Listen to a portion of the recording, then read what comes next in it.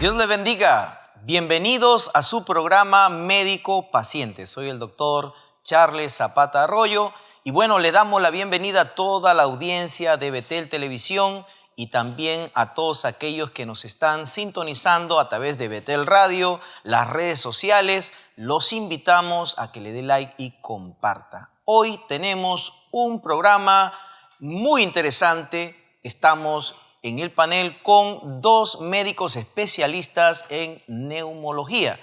Y usted dirá, ¿cuál es ese programa, doctor? Bueno, vamos a hablar sobre infecciones respiratorias agudas y COVID. ¿Realmente todos los casos que están llegando a las emergencias serán COVID? ¿O habrá algún otro tipo de afecciones respiratorias que también estén presentes? Especialmente en esta época de friaje, donde aumentan los casos de infecciones respiratorias. ¿Se sigue muriendo la gente por COVID? Bueno, todo eso vamos a hablar en este programa y para eso, primeramente, quiero presentar al doctor Enrique Valdivia. Bienvenido, doctor. Gracias por la invitación a participar en este programa de visita médica. Muy bien, doctor Enrique Valdivia, él trabaja en la clínica El Golf de San Isidro, él es médico neumólogo del Hospital Cayetano Heredia y también hace una labor muy resaltante como coordinador del programa de tuberculosis del Hospital Cayetano Heredia. Muy bien, y también tenemos con nosotros al doctor Octavio Cubas. Doctor, bienvenido nuevamente, ya le hemos tenido otra oportunidad, gracias por venir. Muchas gracias por la invitación, espero que sea productiva toda la charla. Perfecto, doctor, ya usted es de casa también, ya gracias. Está viniendo ya por segunda vez. Y bueno, el doctor Octavio Cubas, él labora en el Hospital Guillermo Almenara, tiene la especialidad en neumología y también en medicina interna. Él también a la vez trabaja en la unidad de trasplante de pulmón del Hospital Guillermo Almenara. Muy bien, bueno, vamos a desarrollar este tema. Doctor Enrique, doctor Octavio, la pregunta del millón. Todo es COVID, doctor Enrique, por favor. Yo sé que la audiencia está esperando esa respuesta porque yo creo que... Yo también estoy esperando. Doctor, por favor, usted debe tener la respuesta. ¿Todo es COVID, doctor? ¿O hay otro tipo de infecciones que se están presentando, especialmente en este invierno? Bueno, para comenzar, estamos en la época fría y es claro que si bien es cierto, tenemos en medio una cuarta ola de COVID, también nos debemos dejar claro que las infecciones respiratorias no COVID están de primera mano, ¿no? También debemos recordar que los chicos han empezado a ir nuevamente a los colegios, ¿no? Todavía no a las universidades a full, pero ya están yendo a los colegios. Y hay un gran porcentaje de ellos que vienen con infecciones respiratorias, las mamás están preocupadas, los papás están preocupados porque los niños llegan con fiebre, con moco, con tos, ¿no? Y la verdad es que la mayoría no son COVID. Perfecto, perfecto. Yo tengo un dato, doctores, por favor. Aquí tengo mi as bajo la manga. Muy bien. Casos en el 2017, doctor Octavio. Número de casos de infecciones respiratorias agudas en el año 2017, 390.593. Año 2020, 390.000. Año 2020, 347.000 menos. Año 2022, 237.524. Eso quiere decir que las infecciones respiratorias siempre han estado presentes, ¿verdad? Siempre han estado presentes. Correcto, sí. Y tenemos que esperar, por tanto, que ya que estamos en este contexto, a pesar que estamos en un contexto de una pandemia también, una cuarta ola, pero hay otro tipo de afecciones respiratorias también. Claro, el COVID llega a nosotros como una infección respiratoria más, ¿no? Y la idea es que en el tiempo, en el mundo, se establezca como se estableció la influenza. Recordemos que la influenza en el año 2009 hizo un brote que nos obligó, tuvimos mortalidad por influenza, nos fuimos en esa época, con Cayetano Heredia se fue, mandó un equipo a Cajamarca a ver los pacientes de influenza. Y este año hemos tenido mortalidad por influenza. Dos casos importantes de dos hombres jóvenes, 18 y 21 años, que fallecen por neumonía severa por influenza. Entonces debemos tener claro que el problema mayor en las infecciones respiratorias agudas es hacer el diagnóstico. ¿Qué es? ¿No? Ese es el mayor problema que tenemos. Las pruebas rápidas de detección de anticuerpos, de antígenos en la garganta, parece ser no totalmente efectiva, porque en el hospital estamos detectando muchos casos donde la prueba de antígeno es negativa y la prueba molecular sale positiva. Principalmente lo estamos haciendo con personas vulnerables, con personal de salud. Así es. Entonces, el problema mayor es tener una estructura que soporte un adecuado acercamiento diagnóstico. Para los virus en general, tenemos que hacer unos exámenes que son sumamente costosos, que se llaman FilmArray, que busca antígenos de virus para poder hacer diagnósticos específicos. Entonces, la sospecha nos debe llevar a descartar principalmente problemas bacterianos. Doctor, nos están viendo de Apurímac. Hay posta, doctor, acá no hay médicos. ¿Qué opciones hay para el diagnóstico de estos cuadros virales? Es muy importante encontrar el agente etiológico en los cuadros virales, porque usted mencionó justo un estudio diagnóstico, yo imagino allá en la sierra, en la selva, no hay. No lo tenemos ni a disposición en los grandes hospitales de Lima, tampoco lo tenemos, así que estamos en las mismas. La idea en todo caso es entender de que una infección respiratoria puede transformarse en una enfermedad severa. Perfecto. Entonces, las medidas preventivas son importantísimas. Excelente. Y el otro tema para resaltar es la búsqueda de los contactos, porque las infecciones normalmente no aparecen por frío, sino es un contacto de una persona sintomática, o sea, enferma, hacia el resto, ¿no? Entonces ahora que la gente viaja mucho, está llevando COVID y otros virus nuevamente a pueblos más pequeños. Perfecto, ¿no? Doctor. Nos están viendo de Cerro Pasco. Doctor, aquí hay más neumonías que en la costa. Está determinado por el friaje, se condiciona la presentación de las infecciones respiratorias, COVID, se ve influenciado, doctor, por el clima, por el frío, Cerro de Pasco. La selva, los selváticos no sufren de neumonía, doctor. No, también sufren de neumonía. Claro que porque sí. las neumonías bacterianas son las más peligrosas, ¿no? Se murieron bastante en esta última Las pandemia. neumonías bacterianas son las que están asociadas a cambios mucho más bruscos de temperatura, mientras que las virales son más de contagio, ¿no? Entonces, brotes en escuelas, sobre todo. El otro tema del aumento de los contagios es porque los colegios, nuevamente haciendo hincapié en lo mismo, los colegios se han abierto. Perfecto. Entonces los niños son una fuente muy amplia de contagios y llevan eso a las familias, ¿no? No, y hay dos olas que son muy claramente, van en contra de lo que queremos, ¿no? Que es la idea de que ya el COVID pasó, entonces tenemos que abandonar todas las medidas de precaución. Perfecto. Medidas que ya estaban contempladas desde hace muchos años, por ejemplo en Japón. La gente en Japón es muy respetuosa de no enfermar al otro, entonces se sentía mal, se ponía una máscara. Acá no, acá en el Perú tenemos la idea de que, es un resfriado, tú sigue trabajando nomás. Eso es clásico. Y en una semana tienes enfermos al resto de la oficina. Eso es clásico, doctor. Cuando había un pequeño, alguien estaba resfriado, pues decía, iba a la emergencia, yo recuerdo mucho, trabajé en la red Sabogal y los lunes llegaban todos los resfriados, ¿no? Después de un fin de semana terrible.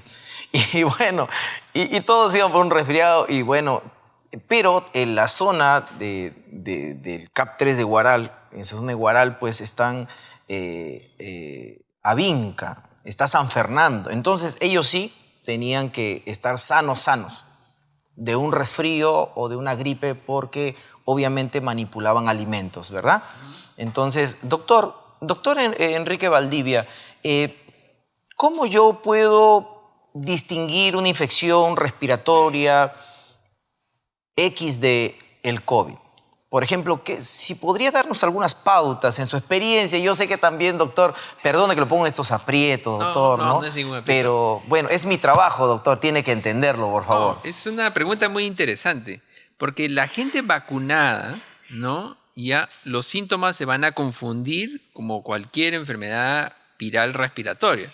Van desde cefalea, dolor de garganta, un poco de malestar. A veces la fiebre dura 2 días, algunos no tienen ni fiebre y están puro secreción nasal, ¿no? Entonces, eso nos confunde. Es difícil realmente poder decir esto es COVID y no, esto no es COVID. Incluso la variante Omicron, su presentación ya se dice que se concentra más en la garganta y en los bronquios y no da un cuadro tan neumónico, ¿no? Entonces la presentación en realidad ha cambiado mucho y a veces es difícil, casi imposible hacer clínicamente la disquisición, separar, decir esto es y este no es. Muy bien, doctor Octavio, está usted escribiendo su libro de neumología y le toca la sección diagnóstico diferencial IRAS con COVID. ¿Cómo diferenciar un cuadro de COVID con un cuadro de infecciones respiratorias? Doctor. Lo llamo el doctor Valdivia. Interconsulta al doctor Valdivia, muy bien. No, como dice el doctor Valdivia, es sumamente complicado, ¿no? Y es peligroso además. Es peligroso porque si vamos a diferenciarlas y vamos a establecer, al día siguiente vamos a tener gente que no tiene COVID nunca y vamos a tener otro grupo que tiene COVID siempre. Okay. ¿No? Entonces eso es muy riesgoso Yo creo que lo importante es entender de que el COVID, la variante Omicron es una variante sumamente contagiosa. Entonces es tan altamente contagiosa que ha rebasado el poder de contagiosidad de otros virus. De ese modo ha ido desplazando a algunos, así como asimismo el COVID, el SARS-CoV-2, al variar, se ha ido desplazando entre variantes, ¿no? En Estados Unidos la 4 y la 5 del Omicron ya prácticamente está totalmente extendida. Nosotros tenemos en la última del INS, tenemos 50%, un poquito más del 50% me parece ya de 4 y 5 y nos queda Delta todavía, ¿no? Entonces, el poder de contagiosidad, la velocidad, la carga que se necesita es mucho menor para que alguien se contagie. Perfecto. Entonces, eso va a ser muy difícil hacer la disquisición diagnóstica. Pero tenemos que hacerla, ¿por qué? Porque en la población vulnerable, a pesar de estar vacunada, puede enfermar gravemente. Ya nosotros, permítame que le comparta mi experiencia personal en el hospital, ya abrimos la UCI COVID nuevamente. El día se ha gestionado 2 camas para ventilación para pacientes con COVID. La sala, ya tenemos una sala de 33 camas llenas de pacientes con COVID. Entonces, ¿cuál es el perfil? Están vacunados todos, pero todos tienen comorbilidad. ¿Qué ha pasado con la pandemia? La pandemia lo que ha hecho es ha separado a la gente del control de sus enfermedades habituales. Hipertensión, diabetes, claro sí. Nada de eso se ha controlado. Entonces, los hemos vuelto mucho más vulnerables a enfermar gravemente por el COVID. A pesar de que la vacunación lo ha variado, ¿no? Entonces podemos decir, doctor, que cuando hay comorbilidades, enfermedades preexistentes, eso condiciona más las complicaciones y también aumenta la mortalidad entonces en los pacientes con cuadros respiratorios. Así es, eso es importante. Y lo segundo es que la efectividad de la vacuna va disminuyendo con los meses. Y a partir del 5.º mes en adelante, van cayendo muy importantemente los anticuerpos. Entonces, si uno deja pasar más tiempo y dice, no, ya tengo 2 dosis, ¿para qué me voy a poner una tercera o una cuarta? Me va a dar fiebre. Al final, esa persona es como si no estuviera vacunada. Entonces, sí, igual va a desarrollar neumonía. Doctor, hay una pregunta ahí seguro que dice, doctor, yo he visto las noticias, la fatiga inmunológica. Tantas dosis pueden causar fatiga, cansancio. Los leucocitos están con la lengua afuera, cansados ya, tanta vacuna. Doctor, ¿existe o no existe a mayor número de dosis menor efectividad de las vacunas? No, lo que pasa con las vacunas es que las vacunas generan una respuesta específica para el virus que tenemos. Y el ejemplo que pueden tener todos, que van a entender todos, es la vacuna de influenza. Tenemos que vacunarnos todos los años porque esperamos una mutación anual. Solamente hace 2 años se utilizó la misma vacuna porque no hubo mutación. Pero para COVID va a pasar exactamente lo mismo. Vamos a tener que generar vacunas en razón de la mutación. Y la falta de respuesta inmunitaria, si existe en algún momento, hay que buscarle la causa. Porque lo que se ha visto además es que no genera memoria inmunitaria las vacunas. La vacunación no genera que uno con una vacuna dentro de 2 años recuerde al virus. No le podemos hacer un booster para ver si tiene recuerdo. No hay recuerdo.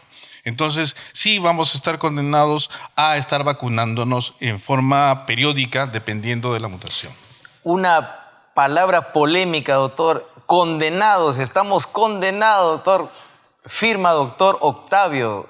¿Está de acuerdo? ¿Es una condena? Sello, ¿no es una sello, condena, sello. por No favor? es una condena. Lo que ha cambiado. Acá hay una polémica, por favor. Lo que ha usted opina. cambiado, lo que ha cambiado la mortalidad de gran magnitud en la medicina han sido las vacunas. Así que decir que las vacunas son malas es ir en contra de los avances de la medicina que han logrado disminuir la mortalidad y todas las secuelas que han generado las enfermedades. La polio. Doctor, por favor, yo me pongo al lado de ese paciente que yo sé que está con esta pregunta en la punta de la lengua. Doctor, nunca hemos estado en una pandemia así. ¿Qué nos puede asegurar de que estamos en el camino correcto de vacunarse y dar varias dosis de vacuna, doctor Enrique? Por favor, su opinión. Es fácil. Usted mira el pico de la primera ola y la segunda ola y mira la mortalidad. Perfecto, Mira la Así tercera es. ola y la mortalidad perfecto. Así es. es muy pequeñita. Excelente. Bueno, está muy interesante en realidad este programa. Vamos a continuar. Vamos a hablar un poco de las neumonías, ¿no? Lo cual también es un cuadro. Doctor, ¿qué es una neumonía, doctor Octavio? Por favor, ilústrenos para qué. Una neumonía viene a ser el compromiso del pulmón mismo, no de los bronquios, sino del pulmón mismo, el parénquima, que se le llama parénquima pulmonar, con la invasión de gérmenes y una respuesta de inflamación tan intensa que se llena de líquido por inflamación, así como cuando se nos hincha un chichón. Se llena de líquido y esa parte deja de funcionar. Y esa es una neumonía. Puede ser muy pequeñita, que puede el paciente estar caminando por la calle con tos nada más, y puede ser tan grande que amerite ir a cuidados intensivos. ¿Puede ser la neumonía causa o motivo de una complicación de una afección respiratoria? Sí, claro que sí. Se conoce que muchos virus producen una disminución o un debilitamiento inmunitario y eso apertura que las bacterias que están dentro de nuestra boca y nariz pasen al torrente sanguíneo y finalmente terminen en neumonía. Yo creo que en esta pandemia, yo creo que todos hemos oído el tema de la neumonía COVID. Bueno, la neumonía es una complicación también de afecciones respiratorias mal tratadas, mal. Fíjese que el COVID nos ha demostrado que el mal uso de antibióticos ha generado grandes catástrofes. Al inicio del COVID empezaban dando la acitromicina, después pasaban a ceftriaxona, después pasaban a meropenem y vancomicina. Ivermectina. Y la ivermectina es para matar los gusanos. O sea, pero al final estas personas han cambiado su flora, ¿no? Exacto. Y cuando llegaban a UCI ya no había qué antibióticos darle, eran resistentes a todo. A todo. Así es. Doctor, por favor, ahí amplíenos más, por Sí, favor. Yo sea- creo que hay muchos que están todavía ahí con la receta del vecino, de la abuelita, esa receta que le da citromicina, prednisona, aparte tiene su ampolla de dexametasona, ahí está ya. Yo no puedo decir que no los he dado, yo los he dado. En la primera ola no se sabía qué hacer y una sospecha era justamente que el virus lo que causaba era la predisposición a hacer enfermedad bacteriana y dábamos antibióticos. ¿No? La neumonía en el COVID es una inflamación exactamente producida por el virus. No necesita ningún tipo de antibiótico. Además, ya se ha demostrado que el uso inadecuado de antibióticos, como dice el doctor Valdivia, cambia la microbiota, que es lo que llamábamos flora bacteriana. Y ya ahorita en Europa hay un consenso de manejo de microbiota, que es la flora bacteriana, y que mejora a las personas que tienen Alzheimer, las que tienen retardo mental, Perfecto. las que tienen autismo, se les modifica la flora bacteriana o la microbiota y la persona mejora. O sea, la microbiota se constituye como un sistema de apoyo para el organismo. Entonces, cuando usamos un antibiótico en forma inadecuada, nos alteramos y nos ponemos en mayor riesgo. Perfecto. La microbiota o la flora intestinal, la flora natural, que normalmente nosotros tenemos bacterias en todo el cuerpo y muchas de esas bacterias cumplen un rol importante para la digestión, también como medida protectora a nivel del árbol o sistema respiratorio. Y cuando se recurre a estos antibióticos, automedicándose, puede barrer esa flora, desaparecer esa flora y le baja sus defensas, por decirlo más simple. Muy bien, doctor Enrique, estamos hablando un poco de neumonía. ¿cuáles son mayormente los agentes que más comúnmente causan las neumonías adquiridas en la comunidad? Bueno, el más común es el neumococo, ¿no? Es el Hay más una común, vacuna, y pues. tenemos una vacuna que se ha ido mejorando con el tiempo. Teníamos una vacuna antigua de 23 serotipos, ¿no? Que había que renovarla cada 5 años, sobre todo para personas mayores de 60 en general, y no es tan eficaz como la vacuna de 13 serotipos, la Prevenar 13, que es una vacuna que ha demostrado que disminuye las neumonías de neumococo, sobre todo en niños, y esa vacuna ahora se emplea de manera eficaz en adultos mayores, ¿no? Incluso se ha bajado la indicación a 50 años y sobre todo con comorbilidad. Doctor, ¿el peruano de a pie tiene acceso a esa vacuna? Claro que sí, está en el Ministerio de Salud y en eSalud ¿Y de cuál manera es la gratuita. edad? ¿Cuál es la edad que, digamos, a todos se les vacuna contra el neumococo? Empezamos con 65 años y después hemos ido bajando a 60 y ahorita con la indicación de un médico se puede incluso poner a personas vulnerables menores de esa edad. ¿Cuáles son las enfermedades que lo hace uno candidato ideal para necesariamente estar inmunizado contra el neumococo, doctor? En general, el neumococo, igual que todas las bacterias, ha sido muy manipulado desde el punto de vista de antibióticos. Entonces tenemos un cierto nivel de resistencia. Yo recuerdo cuando era residente y estaba preparándome, se ponía penicilina pensando en el neumococo, Claro. ¿no? Y salía más caro poner todas las dosis de penicilina en 24 horas que poner ceftriaxona. Entonces se empezó a usar ceftriaxona porque era más barato. Y de ahí se empezaba a hacer uso indiscriminado de un antibiótico tras otro, entonces hemos generado resistencia en el estreptococo. Eso le da mucho mayor peso a la indicación de inmunización en general para todos, ¿Quiénes nos interesan más? Los que tienen vulnerabilidad. En estos son los diabéticos, los hipertensos que hacen mayor grado de complicación, o los cardiópatas que son mayor grado de complicación cuando tienen enfermedades pulmonares, los que tienen problemas cardíacos se complican más, los que tienen algún tipo de inmunosupresión, las enfermedades reumatológicas, artritis reumatoidea, todas estas que renales, enfermedad renal crónica, los que están en hemodiálisis, los que van a ser, los que necesitan o han sido trasplantados. Perfecto. Todos estos, los hepáticos, los que tienen insuficiencia hepática, o los oncológicos, todos ellos tienen una indicación urgente de tener. Y eso ha pasado en el mundo.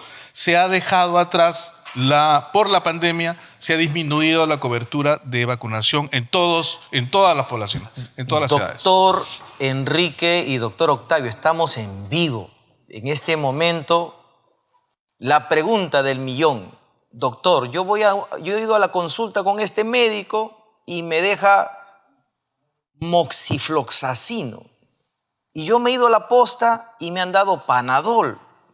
Y yo estoy con fiebre, doctor. Ayer empecé con fiebre y estoy con fiebre. ¿Es mejor la receta más cara? No. Muy bien. A ver, doctor, por favor, su apreciación. Eso no es así. O sea, lo importante, digamos, es que el antibiótico debe tener una indicación clara. Uno mira con tristeza que van a la farmacia y regresan con una dexametasona, con un moxifloxacino indicado cada 8 horas. ¡Wow! ¿No? Qué terrible. Y además un expectorante y un descongestionante a la vez. Entonces, 4 en 1. 4 cosas que no tienen sentido, ¿no? Y tuvo fiebre el día anterior y le dolía la garganta. Entonces, una cosa es la indicación de un médico, otra cosa es la prescripción del que vende la farmacia, que ni siquiera necesariamente es el farmacéutico. Correcto. ¿No? Y por un día de fiebre no vamos a estar diciendo que tiene neumonía. Están hablando ahora los especialistas en la materia. No se automedique, especialmente los antibióticos deben ser exclusivamente prescritos por un personal médico profesional. Así que, bueno, entonces estamos hablando de neumonías, estamos hablando de las etiologías. En el caso de las neumonías adquiridas en la comunidad, ya sabemos, doctor, entonces, en este momento hay variantes, doctor Octavio, ¿verdad?, del COVID. Las últimas variantes son más contagiosas, más letales. ¿Cómo se está comportando la mutación del virus actualmente? Al momento lo que estamos viendo es que son altamente contagiosas. No parecen ser más letales que las variantes, porque hemos tenido Delta, que aparentemente en su casuística sí fue más letal en su momento, pero como dice el doctor Valdivia, la vacunación ha cambiado totalmente el escenario, ¿no? Entonces todavía no hay un escenario claro de cómo va a ser, porque la mayor contagiosidad lo que hace es tener mayor población infectada y eso va a dar mayor oportunidad a que aparezca una variante más. Entonces, esa aparición de esa variante es incierta. No sabemos qué va a suceder en el futuro. Por eso, la única pauta que debemos seguir es una vacunación completa, ¿no? Incluso la pauta de vacunación ha ido cambiando, ¿no? Porque ha habido vacunas de una sola dosis, que ya sabemos que no funcionan. No funciona. Después ha habido de 2 dosis, que ya dijeron que no, mejor que sean 3 como pauta de vacunación completa más un refuerzo. Y van a ir variando. Entonces, este es un manejo dinámico que felizmente no fue como la pandemia de influenza. La pandemia de influenza mató 50 millones de personas. ¿No? Esto, la ventaja que hemos tenido como humanidad es que ya habíamos tenido el 2013 y el 2003 los brotes de SARS, de coronavirus, y eso permitió que hagamos, en donde se hizo, conozcan tempranamente cuál era la estructura del virus, y eso ha podido generar una producción de vacunas muy rápida, porque producir una vacuna demora 10 años. Demora 10 años en promedio, lo que vemos de la historia demora 10 años, ¿no? Porque hay que hacer estudios, acá se ha corrido. Apenas se ha visto que la vacuna funcionaba en algo, no, hay que aplicarla porque la gente se estaba muriendo. Perfecto. Entonces yo creo que eso ha cambiado el curso de la... El comportamiento y la presentación de los cuadros de neumonía, especialmente en el contexto de la pandemia, doctor Enrique, se alteró, digamos, abismalmente producto de este COVID-19, ¿verdad? Veíamos que las neumonías y los cuadros de neumonía eran más comunes en 2 poblaciones susceptibles: pediátrica, menores de 5 años, y adultos mayores a partir de 60 años a más. Eran los que más comúnmente era la población que más nos preocupaba. Ahí ahora vemos, se ha ampliado, digámoslo así, ahora el grupo etario, hay muchos más grupos etarios que son afectados por estos cuadros de neumonía. Doctor Enrique, denos recomendaciones, por favor, para evitar hacer cuadros de neumonía o cuadros de infecciones respiratorias complicadas. Bueno, yo creo que la pandemia nos ha demostrado que las aglomeraciones son un problema. Y que más que nos cuiden, tenemos que cuidarnos a nosotros mismos, ¿no? Entonces, si una persona está resfriada, debe evitar acudir a reuniones, ¿no? Por más que sea la reunión soñada, porque va a transmitir infecciones. Lo que antes no se veía, doctor, los establecimientos ahora tienen ventilación. Ahora tienen alcohol. Ahora sí tienen agua y papel en el baño. Así es. Y estamos promoviendo los ambientes mucho más grandes, ¿no? Porque veníamos muy aglomerados, ¿no? Entonces, eso también ha permitido que se contagie menos. Y la tercera parte es las vacunaciones. Nuevamente, volvemos a recaer en lo mismo. Tenemos que vacunarnos. Y la parte de la educación también en el tema de prevención. De prevención, así es. Ahora a todo nivel. Ahora sí en los colegios, ¿no? Como usted dice, Japón pues no tiene años luz, estamos años luz, ¿no? Estamos años luz de... Pero bueno, sabemos que todo esto, bueno, está trayendo realmente pues mayor conciencia de este tipo de enfermedades. Y bueno, vamos a hablar un poco de algunos casos que en algún momento pues aparentan cuadros respiratorios, pero que está esa persona con un cuadro de tos, acceso de tos, doctor Valdivia, paciente 60 años, fumador, ¿no? Fumador, y comienza a bajar de peso, doctor. Comienza a bajar de peso y bueno, dice, he tenido una expectoración con sangre, flema con sangre, doctor Valdivia. ¿Qué hago, doctor? ¿Qué hago, por favor? Deme un buen jarabe, doctor, para mi tos con flema. Me he bajado de peso, doctor. ¿Qué podríamos pensar? Bueno, uno de los diagnósticos diferenciales, doctor, ¿cuáles son los diagnósticos diferenciales? ¿Qué pensaría usted? Si es una persona joven, yo pensaría en descartar tuberculosis, pero para una persona mayor de 60, el cáncer es enfermedad que debemos descartar. Perfecto, doctor. 10 puntos para usted, doctor, por favor. Ese es el tema, doctor Octavio, el cáncer de pulmón. Queremos hablar del cáncer de pulmón. Bien, doctor. ¿Qué es el cáncer de pulmón, doctor? ¿Y en quién más frecuentemente se presenta este tipo de cuadro, cáncer de pulmón? Pero lo importante en todo caso es establecer la población, como para todas las enfermedades, los factores de riesgo, ¿no? Y el factor de riesgo más importante asociado a cáncer de pulmón es el consumo de tabaco. Y de ahí viene la otra parte que hablábamos en la otra charla, ¿no? Que era la predisposición genética a tener cáncer. Porque va a haber mucha gente que dice, nunca he fumado y me han diagnosticado cáncer de pulmón. Son los menos, pero hay. Y los otros son los pacientes, yo he sido fumador pasivo y me ha dado cáncer de pulmón y al que fuma no. Entonces, esa es otra realidad también que tenemos que valorar, ¿no? Después de eso están las enfermedades de tipo ocupacional, que están los pacientes expuestos a químicos volátiles, como son pinturas. Por ejemplo, las pinturas. Pinturas, más de uno habrá visto cómo pintan los carros. Claro. Con soplete, sin protección. Recuerdo los techos de asbesto, ¿se acuerdan? Listo.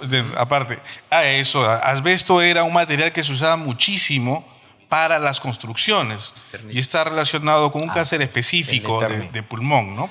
Pero en general, los factores de riesgo son los que tenemos que valorar. Si hay un factor de riesgo asociado a la edad, es lo que nos lleva a la sospecha. Perfecto. Después de eso hay que hacer todo un proceso diagnóstico que pasa no solamente por la historia clínica, que sería esa parte, sino imágenes, etc. Perfecto. Usted que está en sintonía tiene que saber que cuando va a su médico es un dato muy importante que si usted va a la consulta médica tiene que dar información a su médico oportuna de que tiene tal vez algún familiar que tiene cáncer de ovario, cáncer de útero, cáncer de hígado, cáncer de pulmón.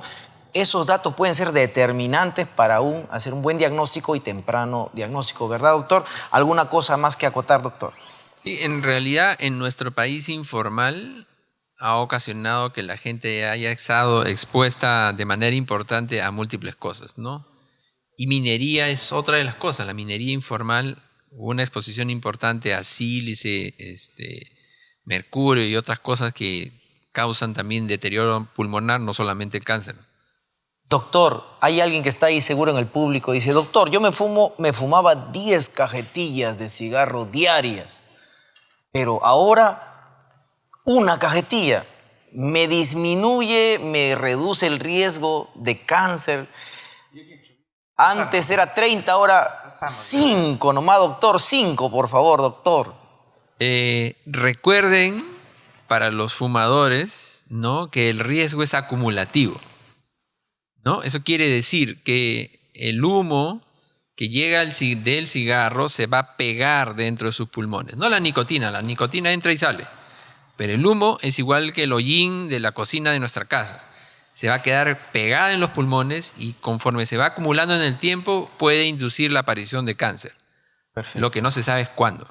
Perfecto. Entonces, interviene muchos factores. Entonces podemos decir, doctor Octavio, que la aparición del cáncer en un paciente es multifactorial, está condicionado por la genética, la alimentación también puede en algún momento influir para el cáncer. Sí, se ha buscado la unión entre alimentación y cáncer, pero básicamente está prácticamente dirigida a lo que son cánceres del aparato digestivo, ¿no? Así es. ¿No?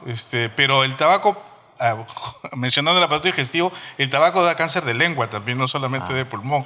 Y enferma más el corazón que el pulmón. Sí. Oh. O sea, el paciente cuando le diagnostican cáncer muy probablemente le encuentren enfermedad de infarto, enfermedades coronarias, obstrucción. Entonces se enferma más del corazón que del pulmón. Pero el cáncer en sí, que es una proliferación de células anormales, viene dado, como lo dice el doctor Valdivia, por la acumulación, ¿no? Porque me dicen, doctor, yo fumé 3 cajetillas diarias, pero solamente 5 añitos y de ahí lo dejé. Perfecto. Pero eso fue hace 20 años. Bueno, pues durante 20 años no ha pasado lo que tenía que pasar. Pero sí hay gente que empieza a fumar de 50 años y fuma 3 cajetillas diarias, no se sabe por qué razón. Y ese tiempo, con como la China edad, en quiebra. Con la edad se vuelve un factor de riesgo muy, muy importante. ¿no? Entonces la edad sí cambia, nos hace más proclives a ser enfermos. Entonces si nosotros usamos un factor de riesgo con una edad avanzada, entonces va a ser mucho más probable que hagamos, como decía el maestro, ¿no? O sea, no hay forma de que el veneno no te haga daño, te va a hacer daño Así de todas es. maneras. Especialmente, entonces, mientras más temprano se adquiere el hábito del tabaquismo, aumenta mayor la posibilidad de presentación de cáncer de pulmón, doctor Enrique.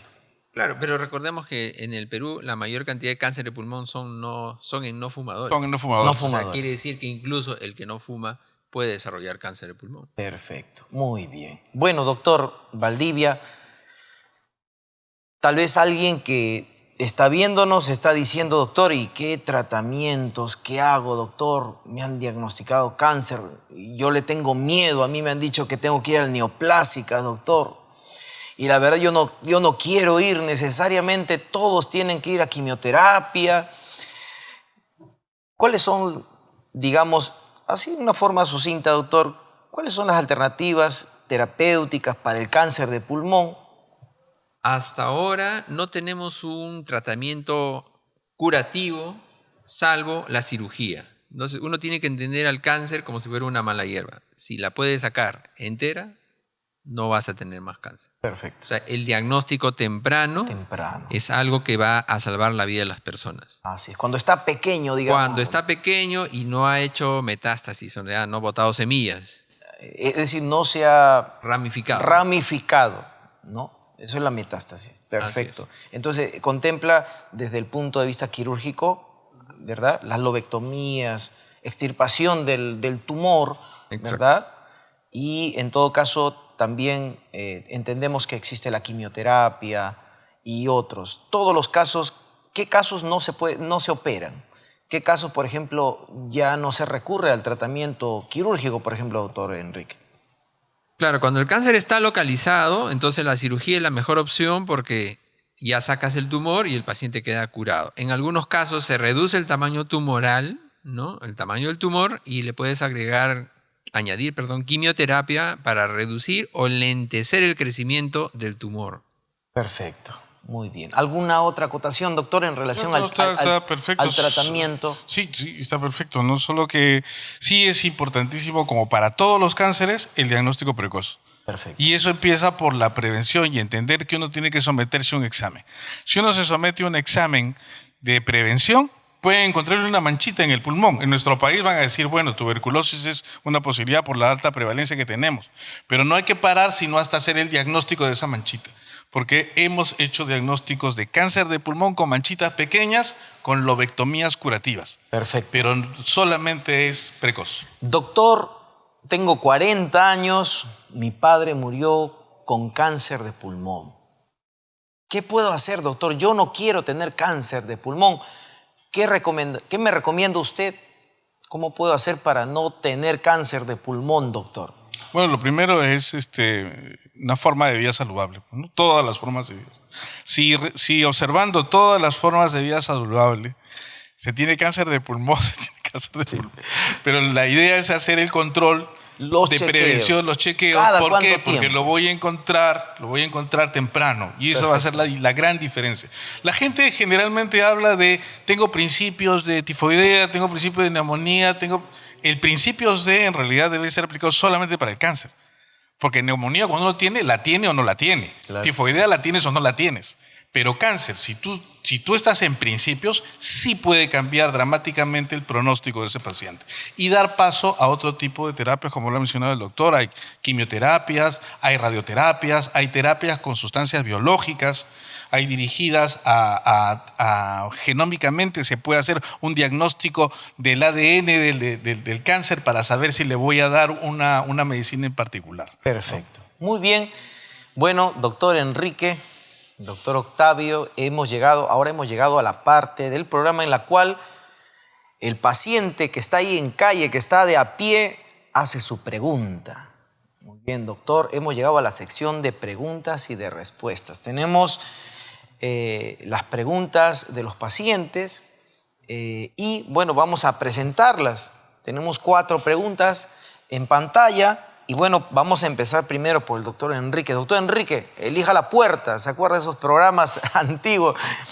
De derecha, mía, izquierda, pregunta 1, 2, 3, 4, por favor. Elija una. $1,000. Empezamos con la 1. No, si son $1,000, yo elijo primero, doctor, entonces. La pregunta número... La 1. La 1, muy bien. Perfecto. Me han recomendado ponerme megadosis de vitamina C. ¿Realmente sirve? ¿Me pongo, doctor, o no me pongo? Me recomienda, tiene una enfermera que conozca, que ponga la avena, vitamina C. La primero es, la vitamina C es una vitamina hidrosoluble y las vitaminas son complementos para el sistema de nuestro cuerpo, ¿no? Entonces, el exceso de vitamina C simplemente lo vamos a eliminar por la orina. Perfecto. Entonces, ponerme 1 gramo, 2 gramos, 5 gramos no va a hacer que no me enferme. Así es, perfecto. ¿Eso qué quiere decir? Mire, Dios ha hecho el cuerpo humano tan perfecto que el cuerpo solamente toma lo que necesita, su requerimiento diario, y el resto usted lo elimina por las heces o por la orina. Así que es innecesario. En otras palabras, basado en las evidencias, no se recomienda, doctor. Así es. Comentario, por favor, doctor, que de comprar su kilo de mandarina. A ver, doctor, por favor. Lo único que vas a obtener es orina rica. Sin misericordia, doctor, diga orina nomás, rica dígalo. en vitamina C. Este es el espacio. Puedes donde usted- envasar tu orina rica en vitamina C después. No, pero la idea en todo caso es entender de que las vitaminas son, como dice el doctor, son complementarias a lo que uno come. Y las que no se adhieren al cuerpo, que son las que se diluyen en el agua, que son las hidrosolubles, no se adhieren, se van a orinar el mismo día. Y los pacientes lo mencionan, porque dicen, doctor, desde que estoy tomando esto, mi orina huele, me estaré enfermando peor. No, huele a vitamina, porque estás tomando de más. Claro que sí. Muy bien, muy bien. Bueno, continuamos. Doctor Octavio, por favor, ahora usted queda las 2, la 3, la 4. Nos encontraremos en el medio. Tengo 14 años. ¿De qué manera controlo el asma? Doctor, háblenos cómo se controla el asma. Ya, primero para aclarar nomás que es una enfermedad del bronquio, no es del pulmón, es del bronquio. Así es. Es una enfermedad de inflamación que tiene como característica que tiene mucho tiempo, o sea, es crónica, que tiene muchos diversos grados de manifestación. Grados me refiero a que puede ser una tos tan simple como una tos, que puede ir hasta que a uno le falte el aire y se ahogue. Entonces lo importante es, como siempre, hacer el diagnóstico, porque el problema del médico siempre es diagnóstico. Si yo diagnostico bien un asma, en el asma hay 2 componentes principales que son el cierre del bronquio, porque el músculo se irrita y se cierra. Entonces, como es una enfermedad de inflamación, yo tengo de todas maneras que emplear un antiinflamatorio y una medicina para abrir el bronquio. Si yo califico bien al paciente en el grado de su severidad, de sus síntomas, voy a poder establecer con estas medicinas, y que hay muchísimas para escoger, un esquema que le calce exactamente al paciente y cuyo objetivo es tenerlo totalmente controlado. ¿Qué significa? Que no se va a poner mal. Doctor, hay alguien ahí que yo sé. Sí, yo sé que estás ahí. Doctor, a mí me han dicho que los inhaladores descalcifican los huesos, lo vuelven a uno adicto. No, choca también el corazón, doctor. ¿Es cierto, doctor? No debemos usar. Acá estamos con los especialistas, doctor. ¿Es cierto o no es cierto? ¿Se deben usar inhaladores o no se debe usar En inhaladores? general, para mencionarles un ejemplo, paracetamol o panadol es la primera causa de muerte en niños en Estados Unidos por intoxicación por medicinas, el panadol común y corriente. Entonces, todas las medicinas son potencialmente dañinas cuando se usan mal. Pero si un médico que sabe qué está haciendo indica una medicación, sabe cuáles son los beneficios contra los perjuicios. Para el caso de los inhaladores, el 95% son beneficios. Perfecto. El paciente, no solamente con asma, sino con otras enfermedades de la vía aérea, no es lo mismo tomarse una pastilla con miligramos para que entre al estómago y a la sangre y se reparte en todo el cuerpo, que mandar directamente al bronquio una cantidad muy pequeñita de medicina. Perfecto. Entonces, el inhalador no es que cause adicción, sino que a la persona la tiene bien. Y si la persona está bien, lo usa. Es que no es que mayormente- sea adicto. Sino no es que a sea veces adicto. lo usan 1 o 2 días, se siente un poco mejor y lo dejan. Y Ah, dice, bueno, pero- me ha vuelto adicto porque a los 7 días vuelvo a usar. Y es porque a veces no ha cumplido el tratamiento y no se ha adherido al tratamiento. Sí, además, porque eso depende del médico, la forma en la cual le explica el médico La información. la información, que debe Comunicación. ser clara, debe decirle cuáles van a ser las consecuencias, debe tomarse el tiempo y a veces no lo tenemos. Así es. Eso, y sí. el otro tema importante en Sí. el asma es que la gente recurre a lo más barato. Entonces solamente usa puro salbutamol Así y es. no usa el antiinflamatorio. Perfecto. Entonces llega un momento en que el cuerpo ya no le hace efecto al salbutamol y Perfecto. requiere cada vez más y más y más. Correcto, es así. Perfecto. Exactamente. Antes de pasar a la siguiente pregunta, doctor Enrique, ha sido todo un tema durante la pandemia la suspensión de los ambientes donde se hacían las nebulizaciones. Digamos que tuvo algún impacto eso en el manejo de estos pacientes asmáticos que venían con su aerocámara, su inhalador, me dice esto no puedo y iban a la emergencia y dicen, no, por la pandemia no estamos nebulizando. Y hay lugares donde todavía no se nebulizan porque sabemos que cuando uno está siendo nebulizado, pues se aeroliza las secreciones respiratorias y hay más posibilidad de contagio en casos de COVID. ¿Ha causado algún impacto en el manejo de los pacientes asmáticos, la suspensión de las nebulizaciones? En su opinión, su apreciación, ¿ha sido importante o no ha sido importante esta medida? Mire, este es un tema espinoso para mí. Ah, qué bueno, justo. Porque es cierto, hay Una estudios... empresa de nebulizadores. Así es. Hay estudios que demuestran que utilizando inhaladores, o sea, los MDI, que son los dispositivos, Ya. ¿no? Uno puede salir de una crisis asmática. Perfecto. Pero hay casos en donde el espasmo es tan severo que el paciente, además del broncodilatador, necesita oxígeno. Y eso no se lo vas a dar Claro. solamente con el aparato. Perfecto. Entonces, en esos casos, hay pacientes, yo creo que han fallecido incluso por no poder acceder a su nebulización, dada la severidad del caso. Debería de todas maneras considerarse aún dentro del manejo, aún en esta pandemia, la nebulización en pacientes asmáticos Sí, pero con lo suministro de difícil, oxígeno. claro, el problema, lo difícil Los es tener ambientes individualizados ambientes. y saber que el paciente no tiene Muy COVID. bien. Muy bien. Continuamos entonces con la siguiente pregunta. Tenemos la pregunta número 2 y la número 3, ¿verdad? Número 3. Muy bien. ¿Cuál elige, doctor? 2. Yo Voy creo a la que usted, tres. yo creo que, Voy al desorden muy bien, ahora. ya Tosa. se rompió el esquema porque el doctor, no, yo estoy de este lado, yo escojo la de este lado, no, dice, para salir de los paradigmas. Vamos a ver, el número 3. ¿A qué se debe que todas las mañanas se amanezca con tos y flema y luego se me pase? ¿Qué podría estar pasando con este paciente? Generalmente eso tiene que ver con la rinitis alérgica y la congestión nasal, la gran mayoría de casos en Lima. Si bien es cierto, el asma es una de las enfermedades más comunes en limeños, ¿no? Y es la más alta de Latinoamérica. La rinitis alérgica también es otra enfermedad alérgica que se caracteriza porque la persona se levanta con la nariz tupida y una flema que a veces es difícil de eliminar, sobre todo en la parte alta, en la garganta, ¿no? Perfecto. Y le causa incluso tos. Sí es. ¿Alguna otra cosa más, doctor, por favor? No, sí, es eso, y lo otro también es que hay un subdiagnóstico de enfermedad digestiva que es el reflujo gástrico. gastroesofágico. Entonces el reflujo gástrico se da en mucha gente en nuestro país que es roncadora, Claro. con mucha más frecuencia. Que se va a la pollería. Se va a la pollería La a las 10 de la noche. A las 10 de la noche. Antes que cierren, ¿no? Con bastante pimienta así, y ajicito. Ajicito. Buenísimo.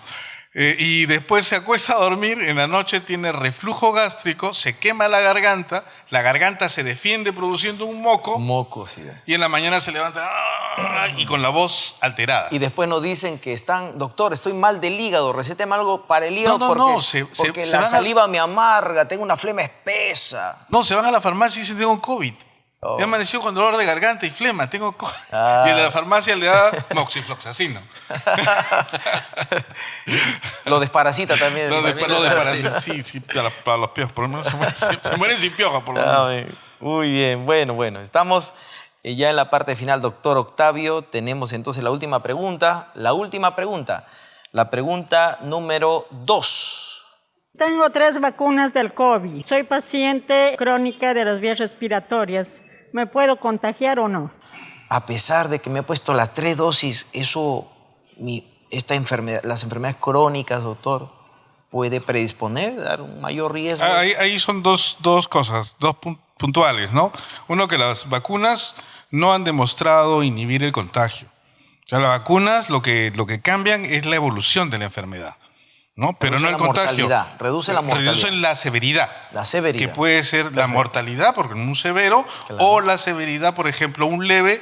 Hay muchos leves que los han convertido en asintomáticos. Perfecto. Entonces tenemos mucha más gente asintomática ahora. ¿Y el tiempo de enfermedad? El tiempo de enfermedad se ha reducido, no se sabe si es por la vacunación o por la variante, pero perfecto. Ahí vamos a ver. Y lo otro es que una vez que la persona tiene una enfermedad respiratoria, que puede ser bronquial como asma, en general cualquier evento infeccioso tiene riesgo de descompensarlo. Entonces, el objetivo para todas las enfermedades crónicas con respecto a COVID es que tengan controlada su comorbilidad. Perfecto. Si es hipertenso, controlado. Si tiene asma, tiene que estar controlado. Y debe, sobre todo, tomar todas las medidas de prevención, ¿no? Perfecto. Yo creo que eso es básico. Perfecto. Estamos ya terminando este programa. Algunas conclusiones, recomendaciones, por favor, a toda nuestra audiencia de Betel Televisión y también Radio Betel y aquellos que están a través de redes, por favor. Bueno, ahora con el tema de las infecciones respiratorias, siempre los cuidados generales, la mascarilla, el uso del alcohol gel. Si uno está resfriado, evitar ir a una reunión, ¿no? Y lo mismo pasa con nuestros hijos. Si están con síntomas de resfrío, están con fiebre o un poco de catarro, por favor, que se queden en casa, ¿no? A veces por el tema del trabajo uno no tiene con quién dejarlos, pero llevarlos al colegio es contagiar a otras personas más. Contraproducente. ¿No? Y puede ser COVID. Puede ser COVID incluso, ¿no? Y también a los maestros, por favor, a los profesores. El profesor que no me quiero atrasar, no me quiero. Y a veces los maestros también hacen ir a los niños en estos tiempos de pandemia, a los niños aún así. No, o sea, yo creo que uno de los peores problemas que hemos tenido es que lo que más se ha relegado es la educación, ¿no? No hablemos de Lima, no, sobre todo en provincias en donde el tema de la internet y la disponibilidad de internet, de celulares y todo ha sido un desastre, ¿no? Perfecto. Entonces, si se detectan casos, se tienen que cerrar 2, 3 días, 4 días, no hay más casos, se vuelve a reabrir y así. Pero cerrar completamente no es lo adecuado, porque los chicos se retrasan mucho y de verdad se han perjudicado bastante con ese tema. Doctor, se nos cumplió el tiempo. Sus últimas palabras, conclusiones, antes de cerrar el programa. Bueno, la prevención es la base de todas las enfermedades. Nosotros tenemos que prevenirlas y seguir unas medidas, unas formas de vida saludables. Yo creo que si respetamos eso, vamos a poder alejar lo más posible de las enfermedades. Cuando nos dé una, nos dará, veremos de diagnosticarlas adecuadamente. Y lo otro es entender que el distanciamiento, como dice el doctor Valdivia, la educación se ha mermado muchísimo. ¿Y qué impacto? impacto? Entonces, yo no sé qué va a pasar con Muy eso. bien, bueno, será motivo de volverlos a invitar para poder hablar de ese tema. Muy bien, bueno, amados amigos, estamos ya llegando a la parte final. Hemos hablado un poco de infecciones respiratorias agudas, COVID. Ha sido un conversatorio muy interesante. Yo sé que ha sido de mucha bendición. No olvide compartir y darle like. Agradecemos nuevamente, doctor Enrique. Muchas gracias por su presencia, doctor Otavio. Muchas gracias también por su intervención y también por su aporte. Y bueno, no lo olvide, a través de las redes sociales, quiero que usted siga estos consejos. El tabaquismo es la primera causa de cáncer de pulmón. No bajemos la guardia, sigamos con el lavado de manos, el distanciamiento, evitar lugares donde está demasiado aglomerado y también no dejar de lado la vacunación. Así que vamos ahora en este día a despedirnos y no olvide usted, tal vez si es que está pasando, tal vez justo estábamos hablando del tema de cáncer de pulmón, tal vez usted está pasando un momento difícil. También este espacio es un espacio en el cual damos esta información para darle a usted información, tranquilidad Pero quisiera citar en este día las palabras de nuestro Maestro Jesucristo. Él decía: venid a mí todos los que están cargados y trabajados, que yo os haré descansar, yo les daré respiro. Usted necesita un nuevo aire, un nuevo respiro, un oxígeno. Ese oxígeno espiritual está en la palabra de Dios. Lo invitamos a que usted se fortalezca también en la fe, lo cual es parte también importante, y queremos que también a través de este programa y también a través de Betel Televisión usted se siga alimentando espiritualmente. Que Dios le bendiga. No olvide que Jesucristo también sana, también puede sanar. Muy bien, nos despedimos. Será hasta un próximo programa de Médico Paciente. Que Dios le bendiga. Soy el doctor Charles Zapata. No olvide darle like y compartir. Dios les bendiga.